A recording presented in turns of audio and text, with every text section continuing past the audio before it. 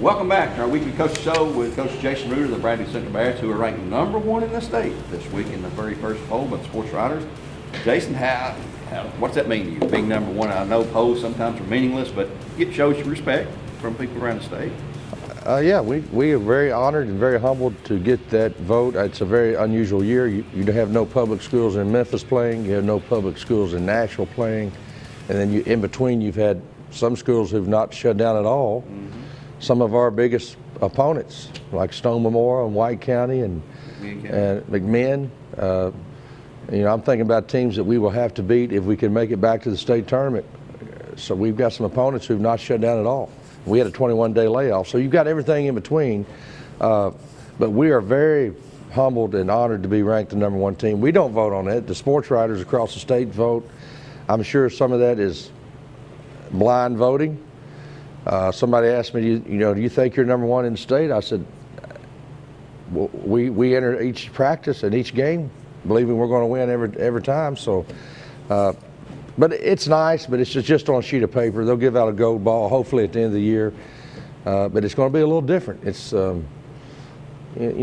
debate this year, like college football. Like some people said, Ohio State shouldn't have had it in the Final Four because it's just going to be different because everybody's not involved, and you've had so many layoffs. But we'll take the ranking. I've heard some people say they don't want to be ranked #1, but it's never bothered me.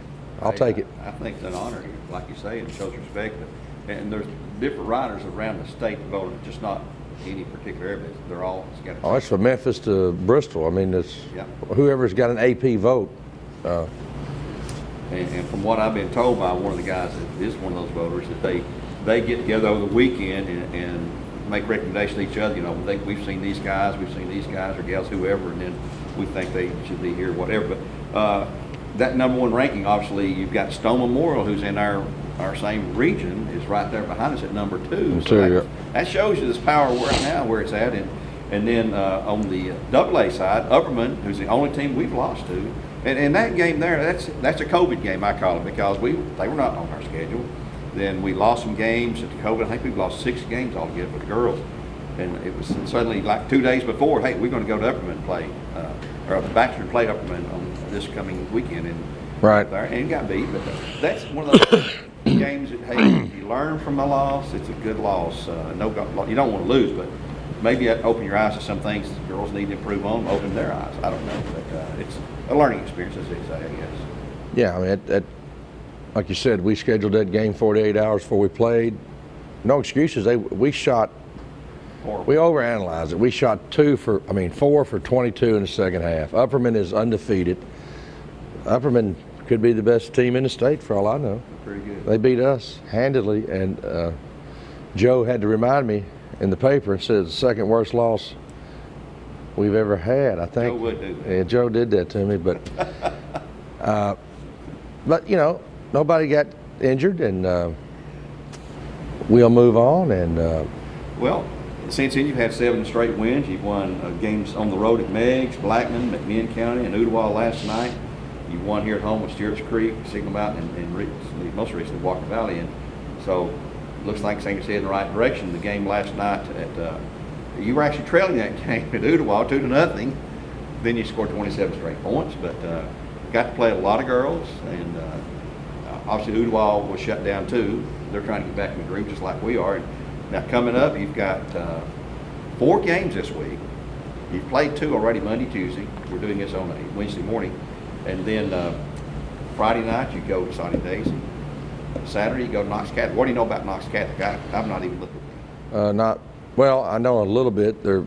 Coach Maines is a coaching friend of mine. He was at Daniel Boone. Do you remember when they had one of their better 2 or 3 year run there? Yes, we beat them here, then we beat them in the state tournament.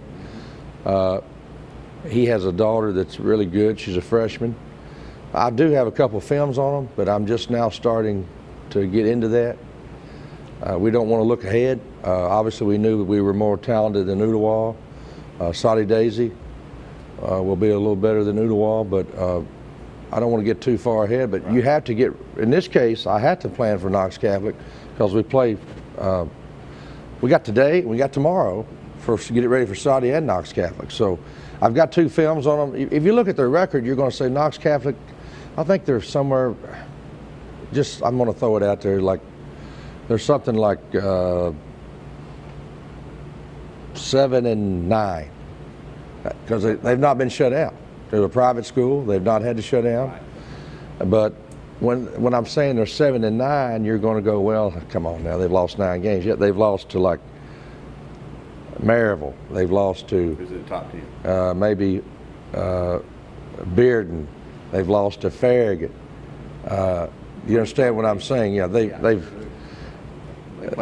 better than their record, and I've never been to Knox Catholic. I haven't either. Never been in there. Never been on their campus. So I couldn't help but take a look at the video a little bit when I first got it a couple days ago, and I can tell you they've got some athletes. They look young. So I think Coach Maines is trying to build a program there. Mm-hmm. I don't think they've been real successful. How long's he been there? This is his first year there. Oh, okay. He doesn't teach. I think maybe he's a CPA or something, so he can work from anywhere. And Daniel Boone was in the Johnson City area, and so he took the job during the summer. And we're not. Look, this team I've got is ranked number 1, and I can tell you that I'm very proud of them. There's no one in the state that we would play that we would back down from, but I'm also telling you that we've got to be very, very careful, because a lot of people are shooting for us. And number 2, we're talking about a game of basketball where you're trying to put a leather ball in a metal rim, and there's been some times this year we have shot very, very poorly. And luckily, because of our defense, we've been able to, what are we now, 10-1? Mm-hmm. 10-1. We're not shooting the ball as well as we need to, and you've heard me preach it since you've known me, Gary, we're going to play defense. We're going to play defense. And that's why, Stewart's Creek, last second shot. But we held them to 43 points in double overtime. So that's what we're hanging our hat on, and as long as I'm coaching here, defense will be emphasized. The girls know, if you stop one of them in the hall and say, hey, how do you get on the floor for Coach Reuter? And I guarantee you they're going to say, you got to play defense. Within our system, right, the way we play. Yeah. Well, you talk about the scoring being low in defense. Look back at our state championship year of 2019. Low scoring game. We won the championship 46-44. We were averaging 65 points a game or something like that all year long, I believe. But defense does win championship. And as a coach, you've got 11 games under your belt here in your 11th year. This team that you look at right now, 11 games in, what would you like to see improvement in mostly? I know our shooting it's hot and cold sometimes. I was calling us Jekyll and Hyde on the radio the other night because we came out against Walker Valley, had a slow start in the first half. Blew the doors off in the second half, especially third quarter. McMinn County, we're up by 3 at halftime, and we end up winning by 30-something. 30-something. No, I'm sorry. McMinn, I think we won by 24. Okay, and then Monday night makes it, you're losing at halftime. Down 1. Low scoring game, and you won the game by 10. Yeah. What's going on at halftime is what you're asking. Yeah. Well, and I'll tell you what I was told by one of your players who I interviewed when McMinn games. He said he came in threw his water ball down on the floor, and we knew he was in for trouble then. Well, you can't believe everything these teenagers say, Gary. She made it all up. I didn't believe her for a second, but I think I was trying to set my water bottle down, and it fell off the edge of the table. But I understand. But I've thrown a few water. I dropped a few water bottles. Yes. We are, I think, as a coaching staff, we're trying to make adjustments at halftime. You can win or lose a ball game. It's obvious we're making some pretty good adjustments. Well, and our kids are playing better too. So we've got a mix of veterans and a mix of young. We're starting 2 sophomores, and then we're starting 3 seniors. I'm coming off the bench with basically my first kids off the bench are a couple juniors and a sophomore, and so we've got a nice mixture. I wouldn't call us a young team, but we're not putting 5 seniors out there at once, like Megs did. So I've got a team that has a lot of upside. I think we can still improve. The 21-day layoff was horrendous. It's almost like starting over again. Not totally, but from conditioning standpoint, Right. you're used to lifting 3 days a week and you go to none. Now you ask them to do it on their own, but it's just not the same. Right. I wouldn't have been the same in high school. I wasn't mature enough.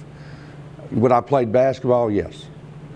But in this time, you know, I grew up in Kentucky. We got a little more snow than we did here. You'd have a, you know, school would be shut down 3 or 4 days. You couldn't practice. You'd find a gym. But in this case, all the county gyms and city gyms were shut down. Mm-hmm. So you had to get to the Y, or if you knew. Their gym was shut down at the Y too. I mean, so. You're lucky you can find any place. And you know, wrestling, that's horrendous on them. Their whole game is about staying in the weight category. But we're not on an island by ourselves, but I'm just telling you, there's some teams who never had that shutdown. Right.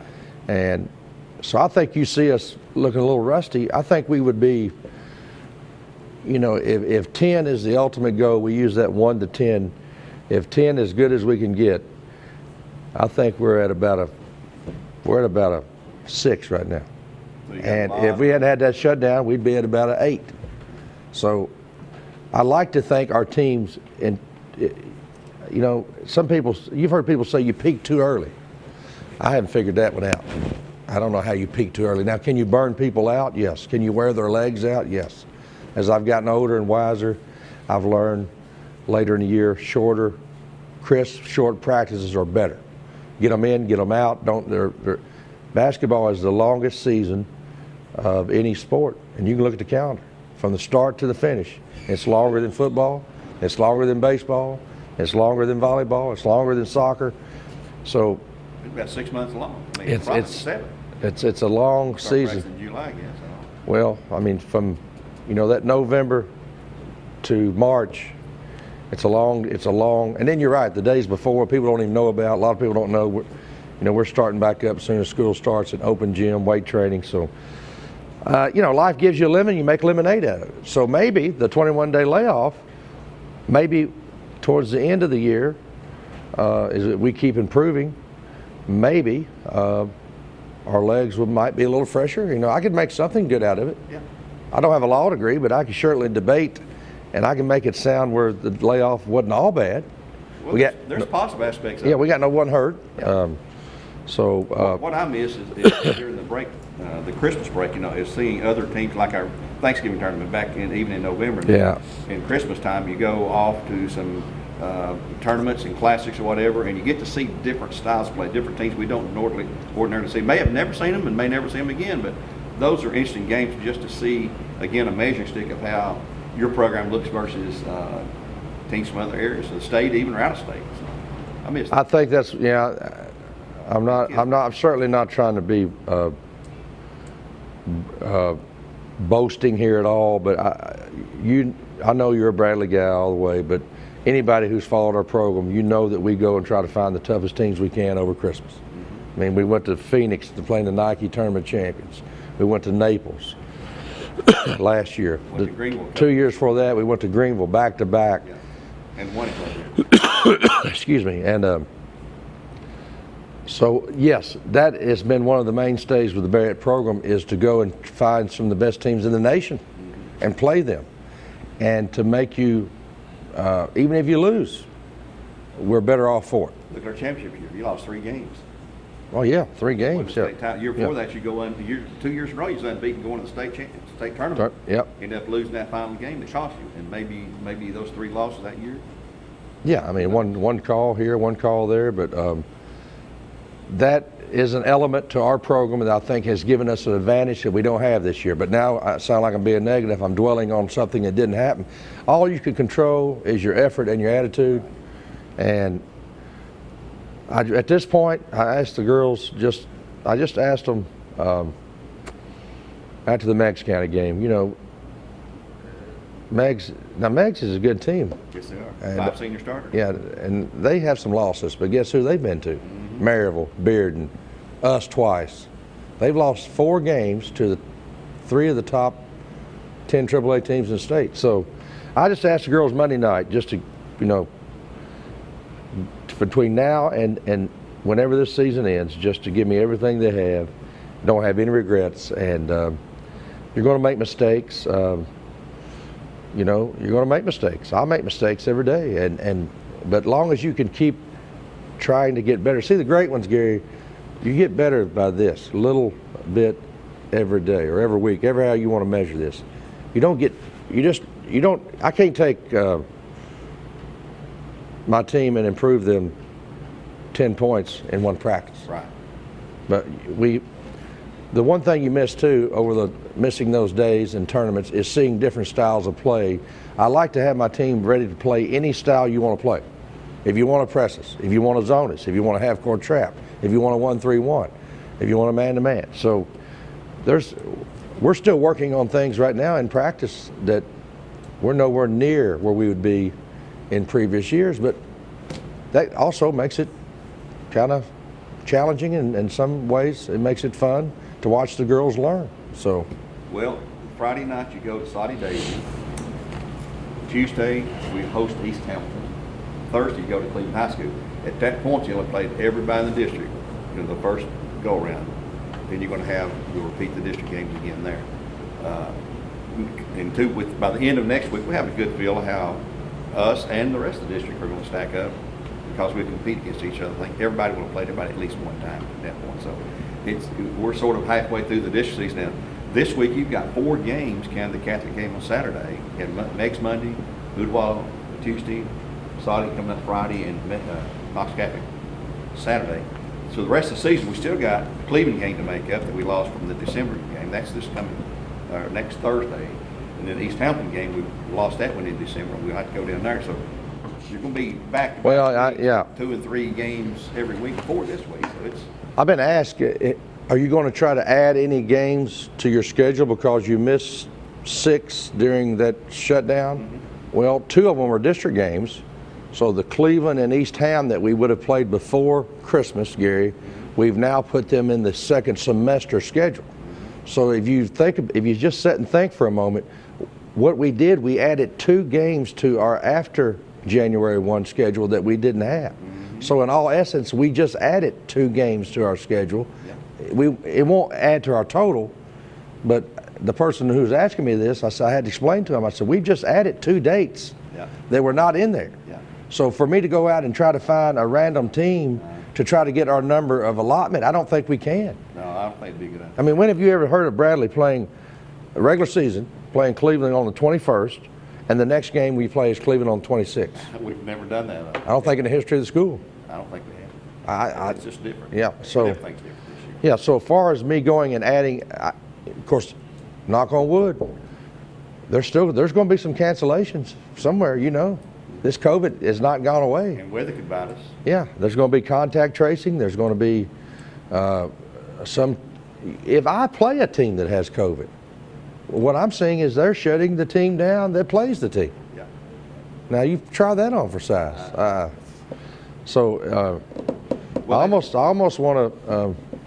almost wish we could take a COVID test the day of the game, but it all comes down to money. You can't do that. But we're not NCAA. We don't have CBS and ESPN contracts. So. That's true. Well, looking at the schedule, from what I've seen, I think this is right. The only games we have left are district games, except we still, besides Knox Catholic Saturday. Twice. We play Knox Catholic twice. Toward the end of the year, yep. We have them with a boys doubleheader, the girls from Knox Catholic and Warren County boys. As of now, that's still on for February. I think, no disrespect to the rest of the district, I mean, anybody could, McMinn may be a little better than we made them look in that third quarter. Walker Valley beat East Ham last night, made a tight game. Look, as it looks right now, it's us in Cleveland.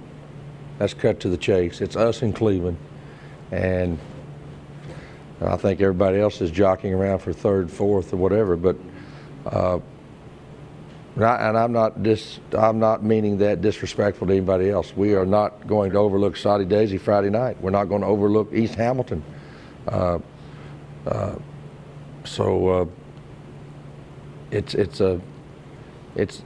I think if you ask all the coaches in our district on the girls' side, they would say it's going to come down to Bradley or Cleveland, and it's always an emotional game, and I don't want to look too far ahead, but that is you can't keep but thinking about it because they're back to back. Yeah. And it's, if you split, I don't think anybody else is going to beat Cleveland. I don't think anybody else is going to beat us. If you sweep them, you're champs. If you split, then it's going to come down to a coin toss. And imagine that, you play all year and it comes down to a coin toss. So, Well, it's that kind of year. Who knows? yeah. Well, one thing we'd like to mention before we go off here, we'll wrap things up here. Appreciate you as always coming by. But Certainly. again, for right now, the attendance is limited to 2 tickets per each player here at Bradley and Bradley County Schools. A little different. McMinn County let entire households in last Friday night. Catholic, it's the same way. I was told by Turner Jackson they will admit anybody who lives under the same roof into their game Saturday. So if you go up and watch and you live together, which makes sense because you're in the same house, breathing the same air, eating the same food basically, and sitting around on the same furniture and stuff like that. Right. It amazes me that we don't have the same rule here at Bradley County, but we don't, so we'll live with that. But we tell everybody, please, to have our basketball season continue and the wrestling season continue, please do what we need to do, socially distance from others when we can, wear your mask in public, wear it in here. You're going to have a temp check here at Bradley, or every school we go to has a temp check. You walk in the door, first thing you do, shoot that thermometer at your head to see what your temperature is, and if it's not where it needs to be, you got to go back outside and put some ice on your head or something. But anyway, we want everybody to do what's necessary, and we want everybody to understand, and don't be upset with Turner Jackson or people like that that have to enforce these rules. They don't like it either. Nobody likes it, but it's just part of the game right now. So. And I hope I'm not speaking out of sequence of announcements, but I was told by someone that's over me that starting the 19th, we were going to start allowing anyone in the household. Super. So the 19th, for anybody out there, of course, see, if anybody's watching this, if they don't have a player on the team, this still doesn't affect them. So my kids will get this announcement. Chuck will announce it to his boys. We play East Ham at home on the 19th. That will at least help with some of the offset. You know, financially, we're losing money every game. Yeah, absolutely. We're not making enough to pay the referees, security guard, ticket takers. Board operators, PA. I mean, we're losing. You know, it's not. I mean, it doesn't sound like a lot of money, but we're losing $200 or $300 ever. Imagine that if you had to come to work today and you had to hand me $200. You know, it's just we're counting on the Walker Valley and Cleveland Gates, especially, to finance our. You know, we take a lot of pride that you don't have to buy your uniforms. You don't have to buy your tennis shoes. Walker Valley game's done behind us now. Yeah, you don't have to buy basketballs here. You don't have to pay when we go on a Christmas trip. You don't have to pay for that. But financially, I don't know, it's uncharted territory. I'm hoping we'll get maybe some help from somewhere, but I don't know. So we'll just wait and see. But if you are under the household, I hope you come. Yeah. Maybe you could move in someone's basement for a month or two. I could rent it out of my house, folks. Well, I'm not a family member. I get it. Thank goodness. Yeah, that's true. Yeah. But keep this in mind too. All of our home games are streamed on the BCHS Bear Network, so you can watch those. We had a lot of folks watching those. And when we go to road games, just like last night at Oodawall, I found out that they were streaming. Got the streaming address and tweeted out there, and I had good responses. People watching our game through the Oodawall broadcast. Now, there's no announcers when they were streaming that way, but it's just opportunity to at least see what's going on, see the scoreboard all the time. And with our games here that Coach Schroyer streams, he's picking up our broadcast. So he's got our audio from the Mix 104.1 with the video, so it works out really good. Some folks can't come anyway because they're shut in, but hopefully you can come and attend, and if you can't, please. I need you there. Have you ever heard a quieter gym than last night? Like a funeral home. I couldn't even say in the timeouts what I wanted to I heard because noise at funeral homes. I heard women trading recipes in the stands behind me. I tell you, it's crazy. So we need some more people here when the rules are lifted and you're in the household. Please come, and I'm praying that we can up that maybe as time goes on. If the COVID numbers drop, I think we'll allow more people in. Yeah, we hope so. And everybody do what you need to do. Keep the season rolling and rocking, and support the Bears and Bearettes and the wrestling team as well as we move further and deeper into our schedule. Until next week, we'll just say so long for now. God bless, and go Bears.